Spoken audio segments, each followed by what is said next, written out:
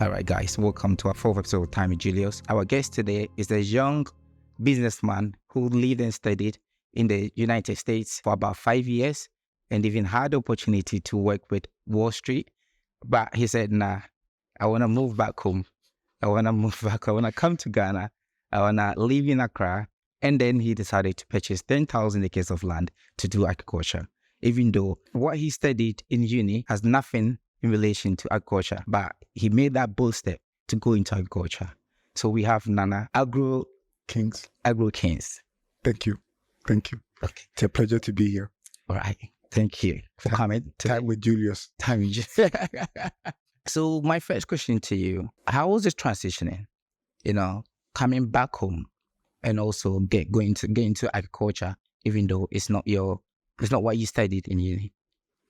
So the transition was not as bad. I think for me, I realized even while I was in school that, eventually I wanted to move back to Ghana. The question was when that would be. I got done with university and then I had the opportunity to work. And then, while I was taking the job, I realized, look, most of the people who say we're going to work for a while and then move back, most of the time struggle to move back because before the time is due for them to move back, they've probably found a significant other. And then they say, let's wait a little bit. Then before you know it, they have a kid. And they say, let's wait for the child's school. And then before you know it, it's taking a lot of time. Yeah. So in my mind, I was almost certain I wanted to move. So I think it wasn't as difficult for me to move, even though when I moved in, the transition wasn't smooth. So I came in, I tried to do a few interviews with companies here in Ghana. And then eventually I took a job with my dad at the time, who was in the real estate industry. Yeah. I worked with him probably from August to about March. So I worked with him for maybe about 7 to 8 months. And then at that point, I transitioned to start a real estate business, which of course had its own challenges, but honestly, it wasn't that bad. I had a bit of experience already in Ghana in the real estate space because I started studying real estate. I started working the real estate before I went to uni anyway. I supervised the building of a house, which was very fun and exciting for me.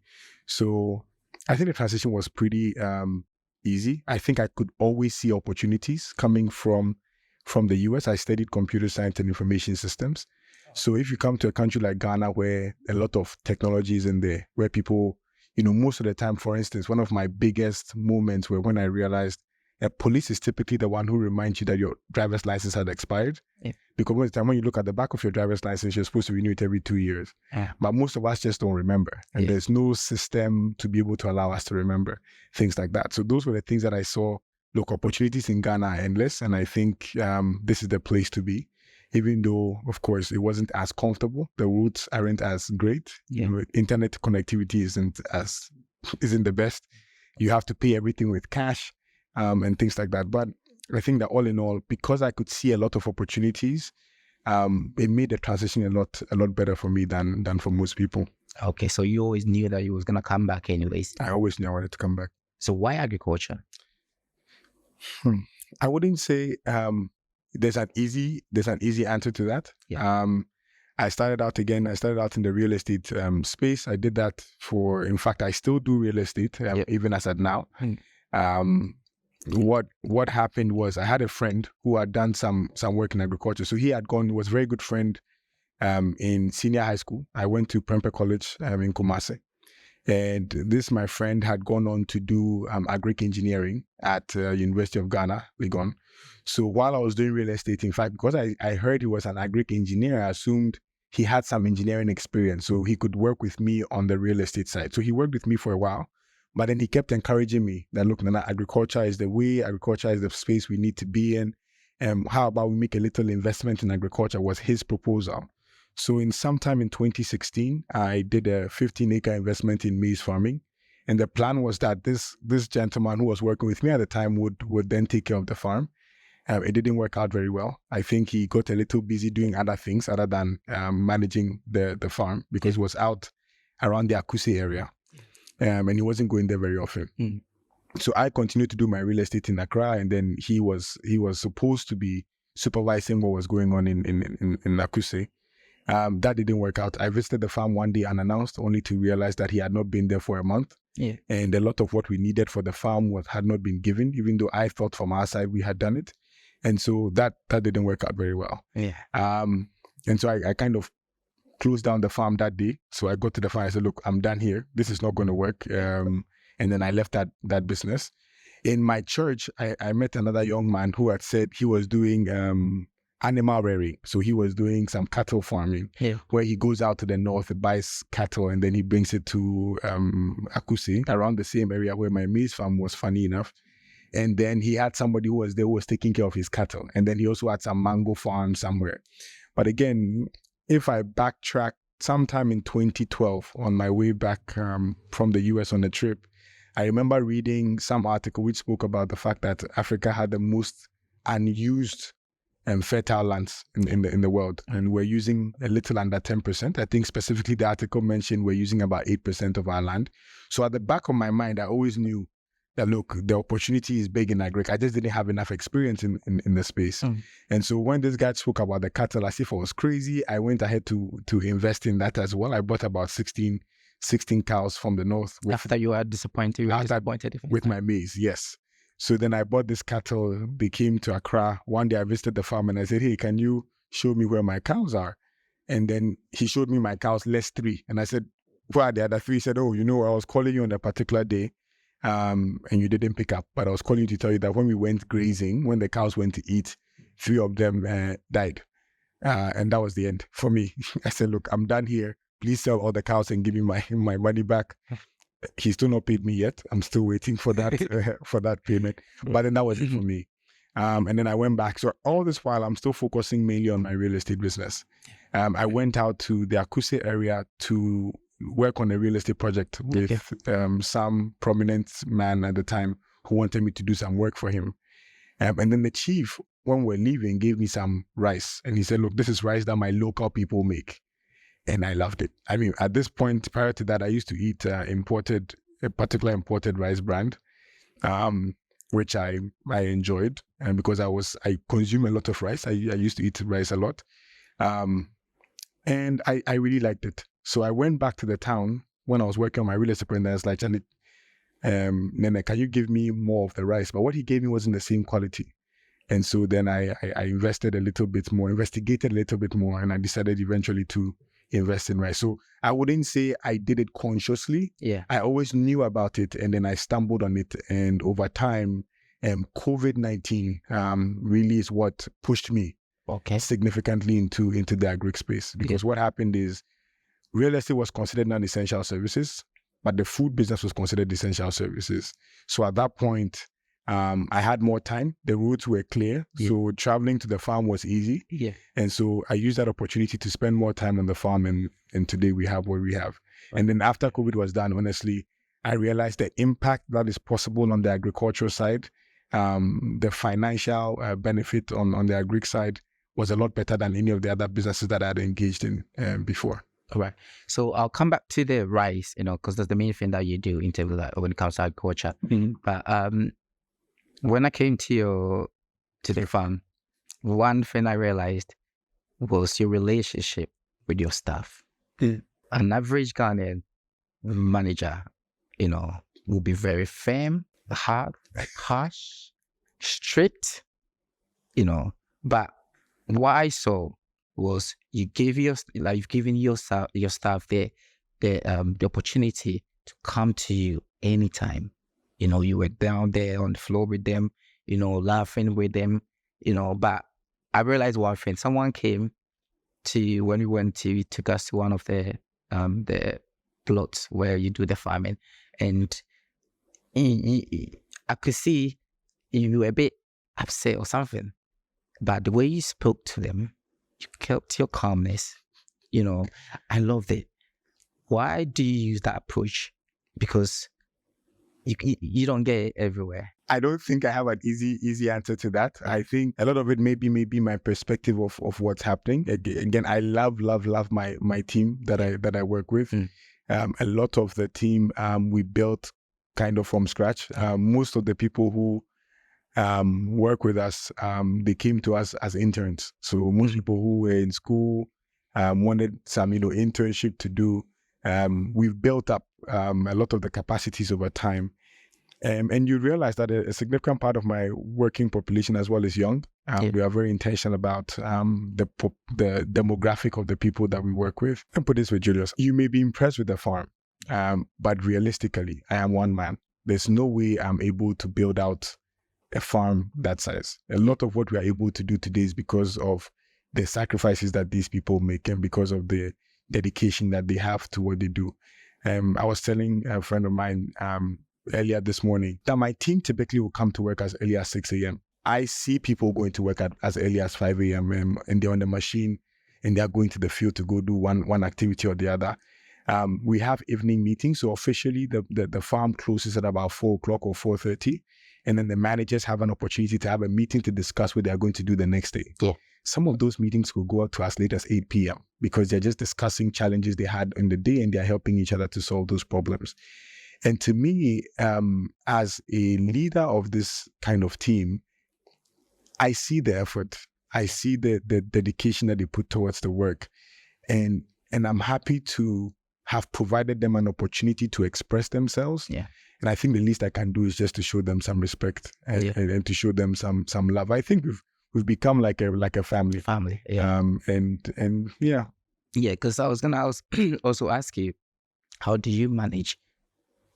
So how many people work on this? Probably have a little over 200 or 300 people. How do you manage it? Because there's like different, different background, different culture, different understanding, different upbringing. So, it's very hard for you to get them to understand, everyone to understand your direction. I think, like you said, for us on the farm, we are very basic and we are down to earth. Yeah.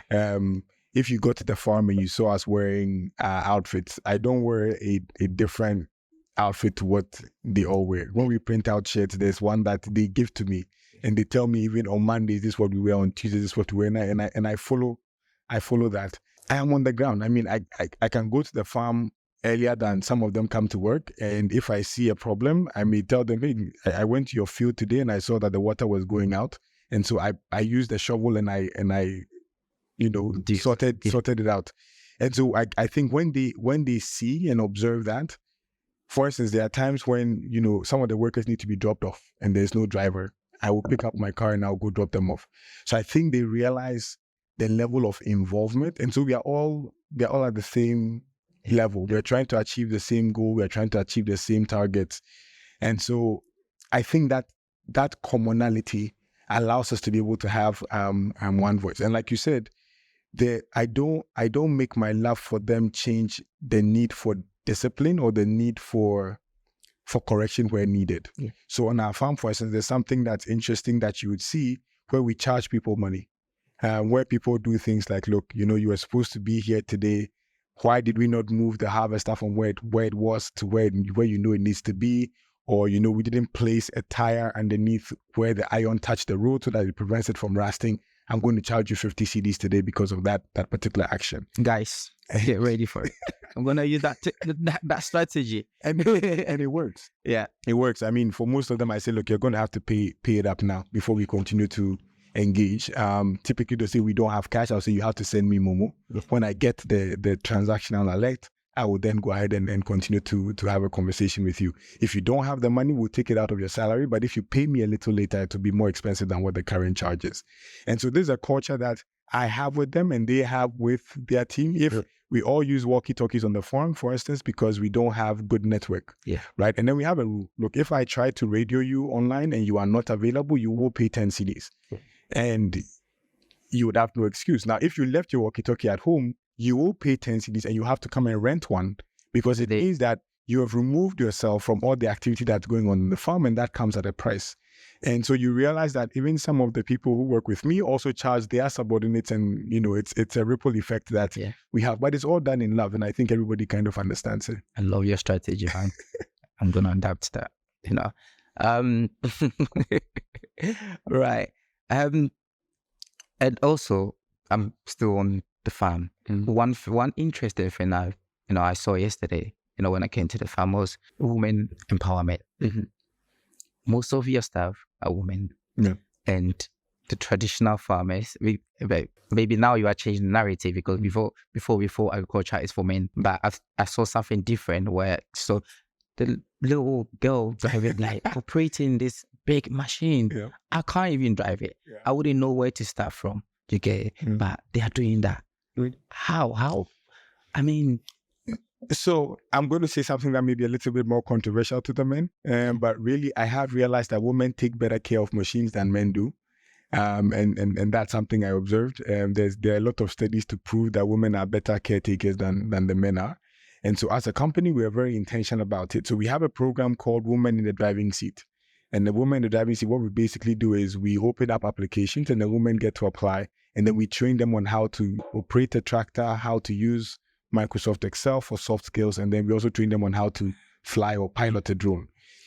From that pool, we are then able to select some of them to be able to work with us for a while for internships, and then eventually they get employed. But we had a fundamental belief that honestly, the women are better caretakers than the men. I'll give you an example. Our principal farm manager, who's called Pineapple, in a meeting said, Passion, I realized that our workers need to come to work with their head against something. You know, she was trying to come, because before, when we started, again, the farm was mainly just nothing. There was nothing there. There were just shrubs, and it was mainly a water plane. And so we've had to do a lot of building there. There were no cars, there were no roads, nothing like that. We have had to create all of them on the farm. Yeah, so the construction going on, and you give the contract to the army people. Yes. As well. Yes. So we have some of them working there. But when we started, we used to come to work and go home in a tractor, or in a tractor with a trailer. So it's similar to a pickup. Yeah. So most of the workers were bused to work on a tractor with a trailer in the back. Now, of course, then it's not a real seat, because you're sitting down, but your head is not against anything. Now, what Pineapple was trying to communicate to us in that meeting was, we need to get to a point where our workers come to work with a full seat. And so she was saying, it's about time we started having a bus of some sort, bring our workers to work. And I thought to myself, we are here trying to solve big problems about the farm. How the workers come to work, how is that important? Yeah. But it tells you the power of a woman and how she takes care of what she has. Because Pineapple is our principal farm manager. She's in charge of everything that happens basically on the farm. I say, when I get to the farm, she is my boss. Yeah. And that is how it works. So what I can do and what I can't do, she defines it. In fact, she told us what uniform we wear in the course of the week. So when we are thinking just about the work itself, she's even thinking about how the workers even get to work and their frame of mind even coming to work. And those are some of the things that you realize and observe even with the women that we work with. I mean, we feed our workers 3 times a day. And some of these things are made possible just because of the kind of management team we have. So of a management team of about 5 people, 4 of them are female, and there's just only one guy amongst them, Okri, who you met. So you mentioned Pineapple. I was going to ask you, that was going to be my follow-up question, because I realized, I heard yesterday when I came out, I met Okra, and I had Mango. Yes. So do you name them? Yes. Or something? So we name them based on certain parameters. So Okro, for instance, is Okro is like an operations manager, right? So you see Okro here today, and in 5 minutes, Okro is not there. So you see Okro no more. And then he has another thing, which is his height. So with his height, you realize, that's Okro. Pineapple was Pineapple because, so there's a reason. So there's always a reason. It's an attribute around why we call somebody what they call them. So it's Pineapple. Like I said, the farm was a very, deserted place. Nobody really wanted to be there. At first, it took about 2.5 hours to get there from Accra. So even if you want a plumber to come and work, they are not as willing to work. Yeah. But what we realized was happening was Pineapple had a way of hosting people that the people were happy to come back again. When you come, by the time you're done with work, she's probably gotten water for you to go get a shower. She's made you some very good food, or she brought you the food in a bowl or served it in a way that made people feel respected, that made people feel comfortable. And so that's really how she got her name, because pineapple is a fruit that most people kind of like. Yeah. So that's kind of how Pineapple got a name. There's Pineapple's assistant is called Carrot now. Carrot just looks orange, and there was a point where she had green hair, And so we thought, hey, you kind of look like a carrot. And so that's kind of where sometimes some of those names come from. And what's your name, dietitian? Honey coated. Honey coated.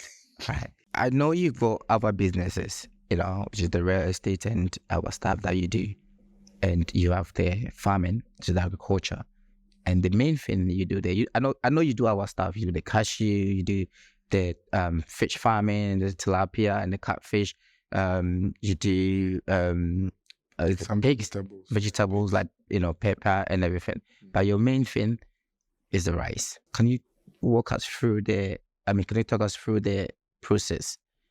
How you from growing the rice and to harvest. Yeah. Okay, so rice, a lot of the other things that we do on the farm is also just to feed ourselves. One of our rules we have on the farm is that about 80 to 90% of what we eat, we want to grow it on the farm. Yeah. So that's with other things, but rice is our main crop, and rice takes about 4 months. It takes about 120 days from the day you start to see germination to the day that you get to harvest the rice.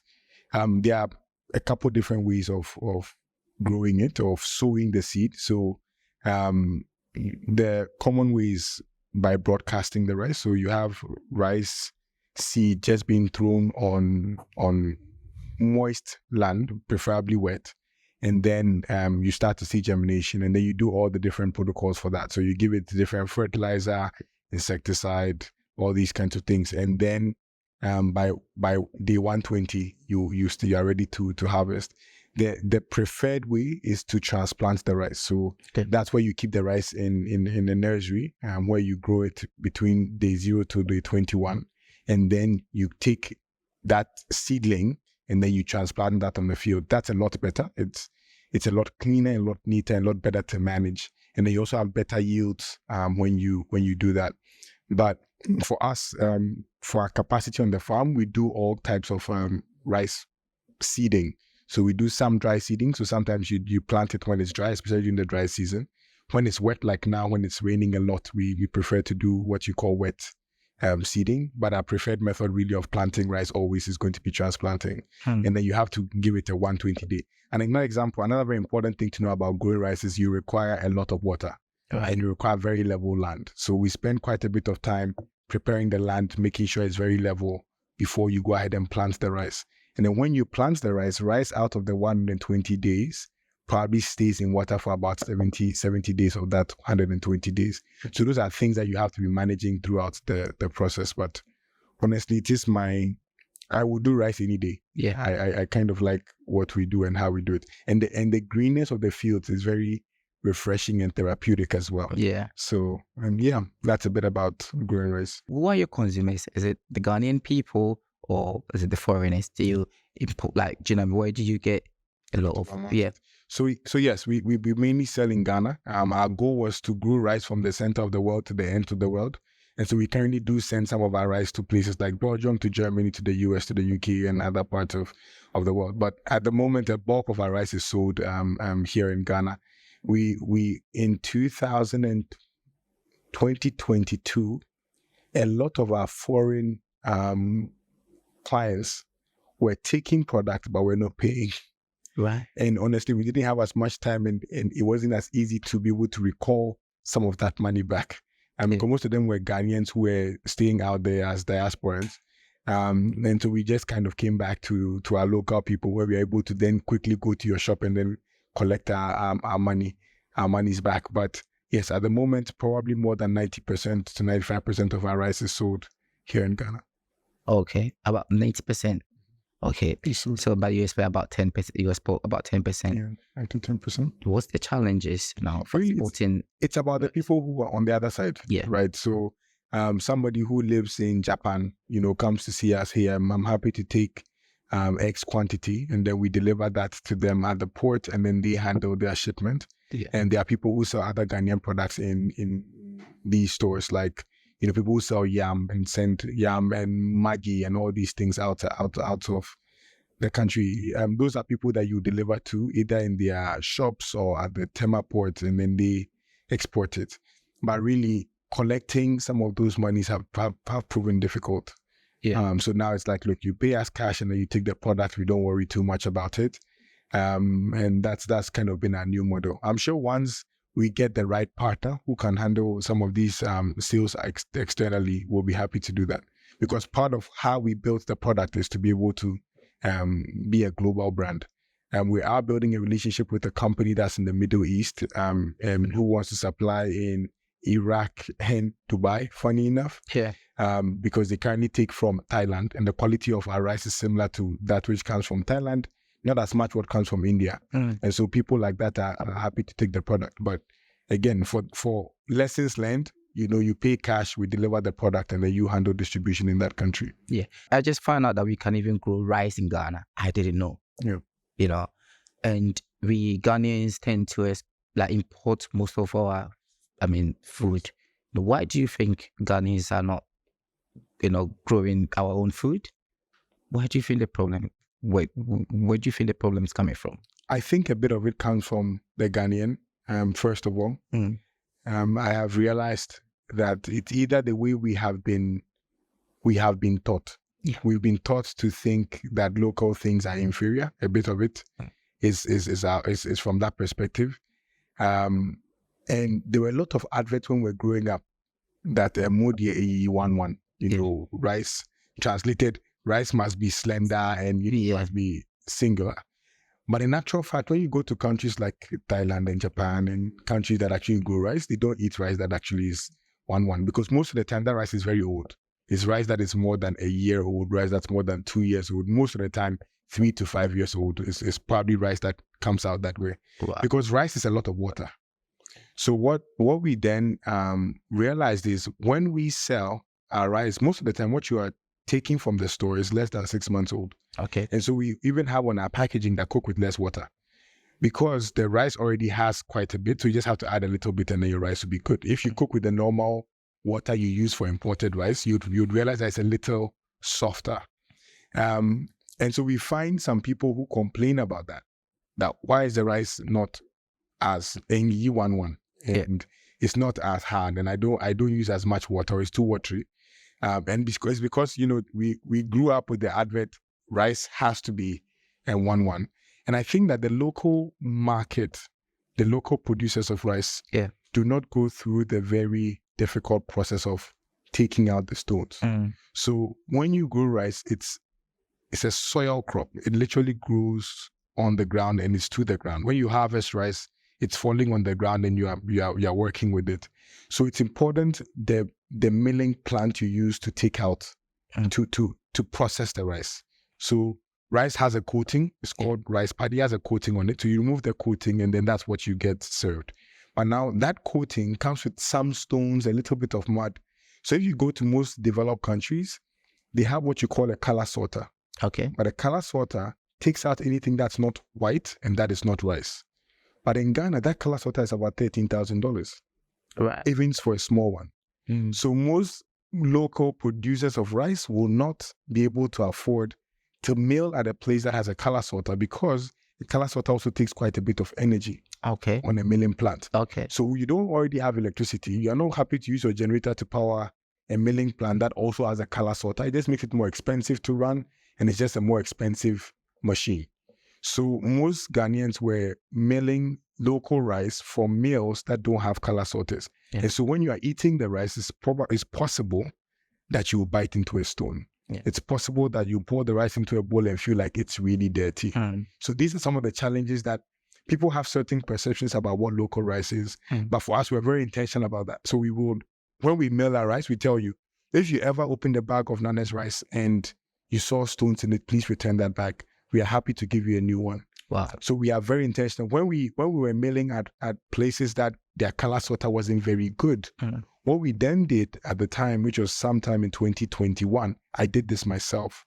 We literally spread the rice on a white piece of paper, and then we literally remove all the stones in it before we put it in our packaging bags. Yeah. So, and every rice bag has a batch number. We always hide the batch number somewhere on the bag. So if you ever called me and said, the rice has this problem, we'll be able to tell you where we harvested that rice from, or which farmer gave us that particular rice, and where we milled that rice, on which day we packaged it.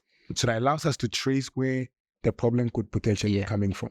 So that gives us the confidence to be able to tell our clients, look, don't expect to eat any stones when you purchase any bag of Nana's rice. And this is what we say.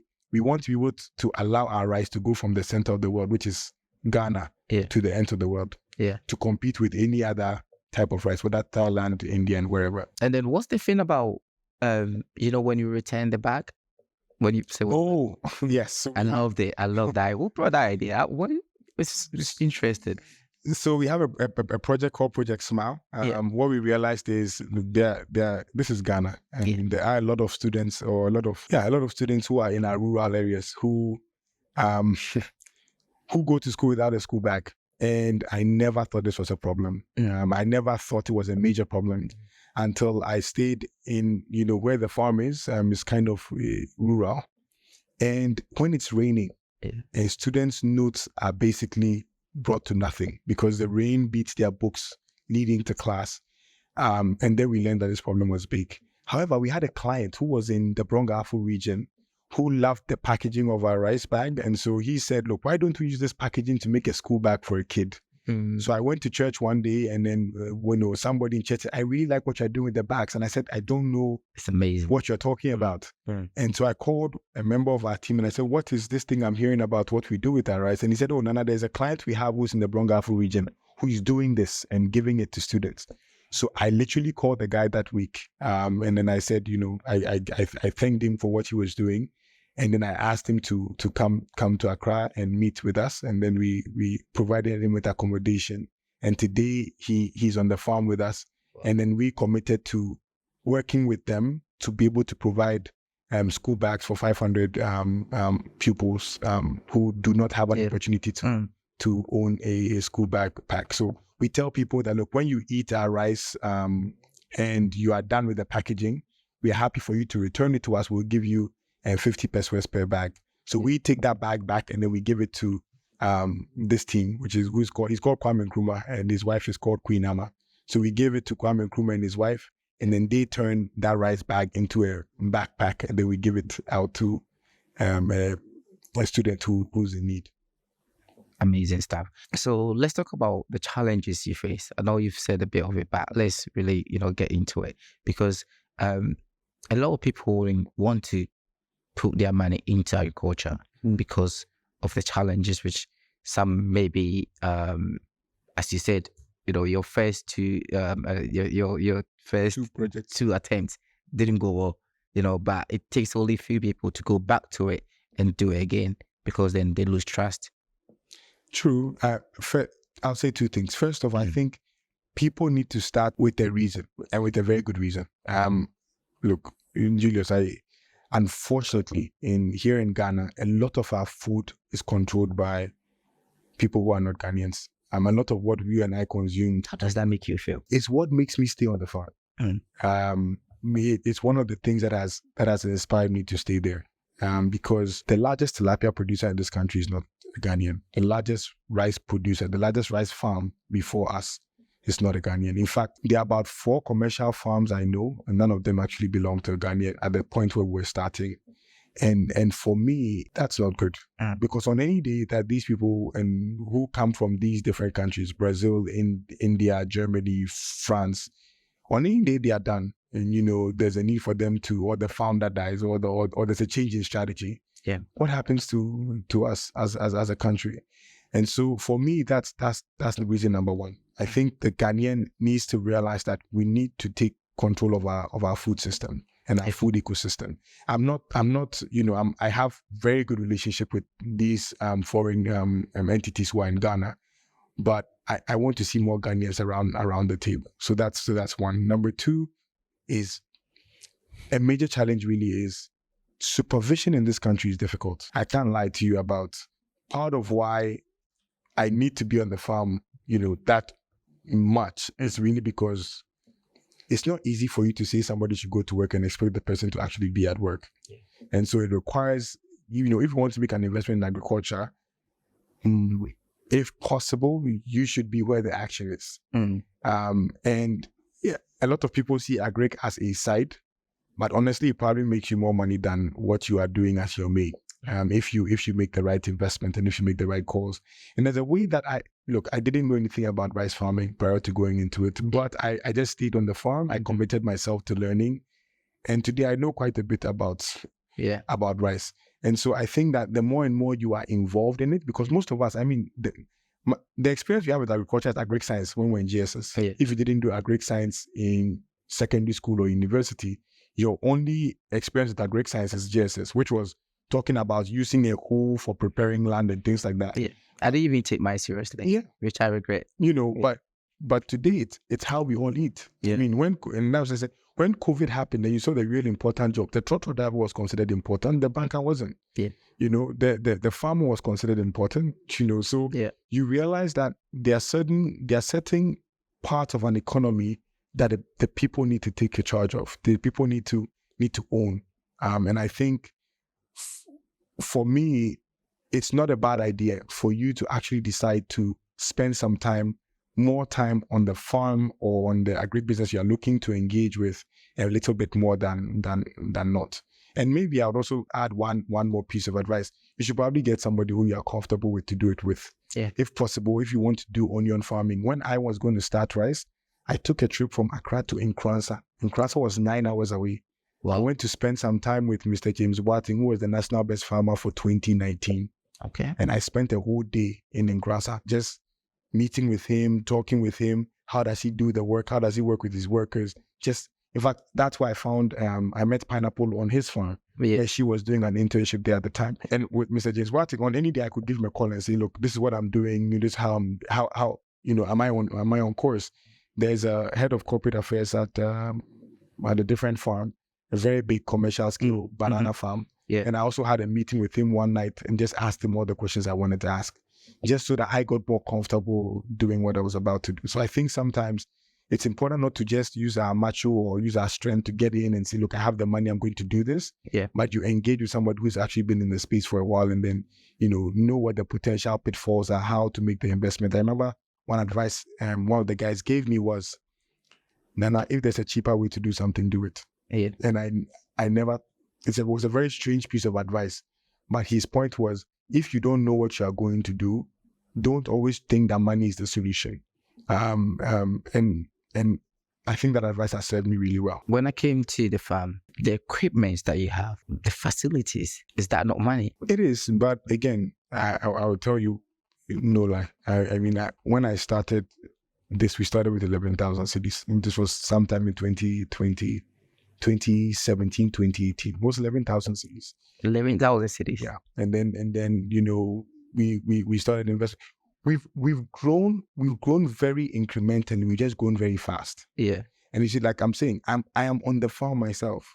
So all my energy, all my real estate energy, all my US training, everything is with me on the farm. So you realize, we're using drones to do all our spraying. Our farm is digitally mapped. So all the technology that I can think about that exists, we're using it on the farm. We use apps like Todoist, which people use for building apps. We use it to farm. So I think we have just grown very incremental. And I think we've also done it with integrity, I think. So, I started, like I said, we started with 11,000 cedis. It proved it. It worked well. People enjoyed the rice that they were having. Like I was saying, we do things like, look, if you really take our rice and then there's a problem, we're happy to return it. We care about the, and then I think that, like I'm saying, there was a why we started, which is really, we have to show Ghana that this is possible. Like you said, we never knew that we could grow rice in Ghana. We want to get more people to realize that, no, we can grow rice in Ghana. And yes, we can even feed the world from Ghana. And there's a company in Ghana that actually ships out almost 40 containers of banana every single day. 40 containers of banana every day from Ghana. Other parts of the world. Not one finger is actually sold in Ghana. And when you see and know some of these things, you realize that, no, there's some value in the land.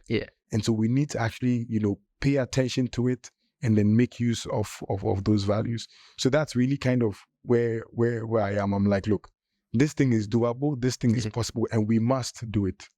So yes, that's kind of where I sit. You don't always need a lot of money to start farming. You can start small and then... And look, like I said, started with 11,000, proved a point, customers loved it.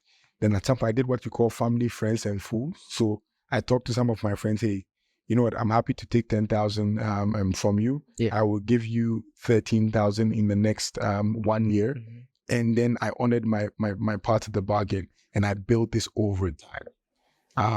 Our first rice field, we did about we started with about 60 acres on our current farm. Right. Because, you know, so the 11,000, we're working in the area. So we worked with 2 farmers, we supported them, that worked very well. The following year, we worked about 25 farmers. The following year, we worked about 100 farmers. And then eventually, we came to where we are now on our farmland, because we started this farm 2021. What you came to see yesterday, we started in 2021. Yes. And so everything you've seen there was built over the last 2.5 years, really. Wow. And at that point, I was still only, I think I got an award from Fidelity Bank for being young entrepreneur or something. And the price was 156,000 Ghana cedis or 158,000 Ghana cedis. That's what allowed us to do our first 60 acres. And we did it, and we did it well. And then we've reinvested, and then we've reinvested, and then we've reinvested. So the warehouse you came to see took me probably about a year to build. But then the point for us was, when we sell and we can buy one pillar, we will buy one pillar and then put it there. We had about 4 containers, because the warehouse is made of shipping containers. We bought about 4 containers. We bought 2 first, and then we sold more rice. We bought another 2. Then I got a friend of mine to help me with the roofing, and so we paid him over time. And we've just built it incrementally over time. But I must say, we worked very fast and we worked very hard. Yeah, because within, you know, in a space of 2.5 years now, you've grown massively, you know, and you started with 11,000 Ghana cedis. 2018. And how much is your company worth now? I don't think about it. You don't think about it? What? I've never sat back and thought, how much is my phone now? Yeah. It's not. We are not where we want to be. Yeah. There's a goal where we are trying to reach, and that's really what my focus is. And you have 10,000 acres of land. If only used up, I've used less than 10%.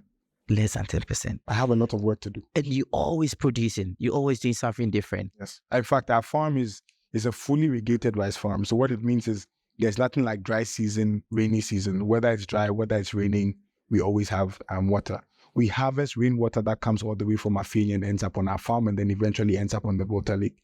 We've built an earth dam, which stores some of the rainwater that this would have otherwise just run away and gone to the water lake. So we store all that water, so that whenever there's no rain or whenever there's no water, we are able to use some of that water to irrigate the farm. Nice. So like I'm saying, every thinking possible is there. I mean, I was talking to somebody last week about potentially generating electricity by ourselves from the dam that we have to be able to irrigate the rice farm. So look, we don't stop thinking, and you realize. I was gonna ask you, when are you stopping? What's next for you? What should we look for? You know, look forward to seeing Ghana on the map with agricultural produce. That's really what our target is. I mean, Nestle is not a Ghanaian company. Yeah. Cerelac is not a local product. But I believe that there's potential for Ghana to have a company like that. You are one of the people that are changing the narrative of agriculture, because I remember that back in the days, or even now, when you tell people that you are into agriculture, or when you tell your parents that, because our parents always want us to, you know, be a doctor, you know, go to the bank and all that. Government, you know. civil service. Exactly. And looking at you, I'm so much inspired. You know, what would you tell the youth in regards to agriculture? Would you encourage us to get into agriculture? Even people that are, you know, not in Ghana or across the world, would you encourage everyone to get into agriculture? I would take agric any day. Really, for myself, I've done stuff in the real estate space. I've done stuff, investment banking, football, entertainment, even movie production. We've been around the block a bit. Jack of all trades. That's what I'm going. You mean business? And I heard you buying a private jet, or you've already bought it. No, Which is gonna be a private use of business. I will not be surprised. It will probably be for farming. Farming. Yes. We spent some time with my team in Brazil, and we visited the largest rice farmer in Brazil. So that you see, I flew to Brazil to be the largest rice farmer in Brazil, just to learn Yeah. Yeah, and we realized he has 3 hangars, not because of traveling. Really, you see, a farm our size as well. Some of the surveying is done using planes. So yes, and then of course the commute from Accra to the farm. Yeah. It could take me 15 minutes to get from Accra to the farm. So let's see. I mean, like I'll not rule it out. It's a possibility. I beg, make me your pilot. Yeah. I can fly. I have a pilot on standby. But I can be your second pilot. No worries. I'll send for emergency. You have to go for training. Yeah. You have for training, and then we'll see. Yeah, I would love to. But thank you I've actually learned a lot from this, So I hope everyone or Ghanaians or, whoever is watching us can also learn something from this, because we need to take our agriculture very seriously, because Africa is the, richest continent in the world. Yeah. So let's utilize it. Thank you for coming, Anna. Thank you for having me.